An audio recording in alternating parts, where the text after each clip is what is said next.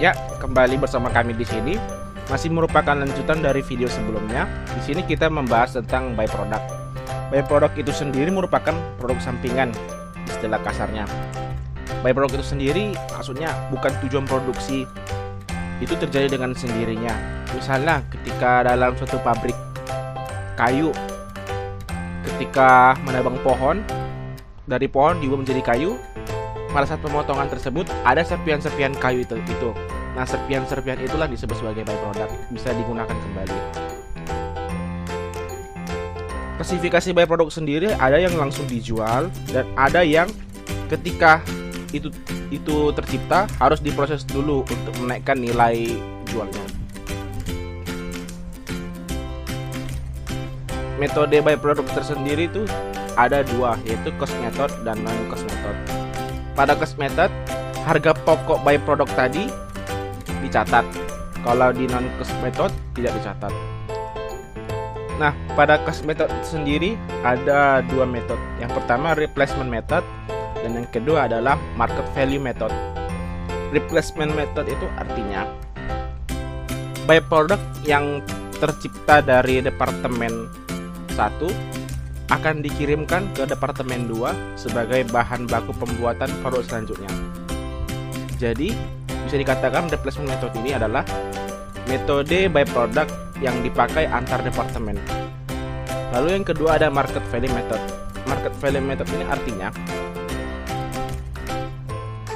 production cost of main product akan dikurangi dengan nilai byproduct yang sudah diestimasikan. Nah, nilai estimasi tadi akan didebit di akun byproduct dan akan dikreditkan di production cost of main product. Nah, kita beralih ke non cost method. Di non cost method itu ada dua juga, yang itu adalah gross revenue method dan net revenue method. Baik gross revenue method maupun net revenue method, hasil penjualan byproduct akan dicatat sebagai other income. Yang kedua adalah penambah sales revenue. Tiga adalah pengurang COGS. Dan yang keempat adalah pengurang dari total production cost dari main product. Dan itu semua disajikan di income statement. Pada pembahasan terakhir, yaitu contoh perusahaan. Nah, perusahaan yang kita ambil sebagai contoh, yaitu perusahaan Cimory. Yogurt Drink Cimory, lancarkan hari dengan susu sapi. Yogurt Drinknya Cimory. Yogurt Drink Cimory, enak bergizi. Lancarkan hari, minum Cimory.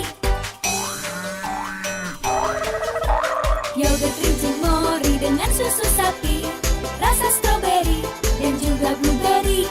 Lancarkan hari setiap hari, kaya nutrisi. Yogurt Drinknya Cimory. Sapi yang berasal dari Cimory tersebut kan menghasilkan susu segar. Nah, susu segar itu diolah menjadi fresh milk, yogurt, dan saus keju. Pasti membutuhkan biaya yang disebut dengan biaya manufacturing atau manufacturing cost. Nah, biaya manufacturing cost itu terdiri dari joint cost ditambah dengan sparable cost.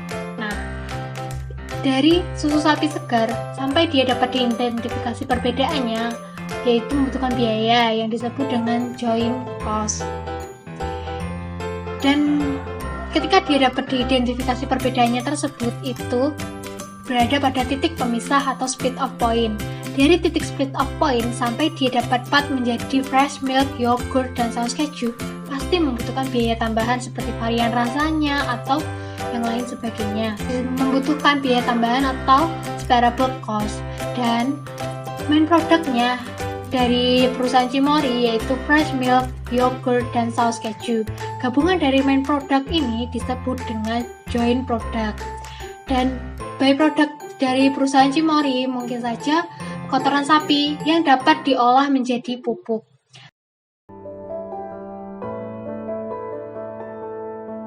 Sekian video dari kelompok kami, kurang lebihnya mohon maaf. Wassalamualaikum warahmatullahi wabarakatuh.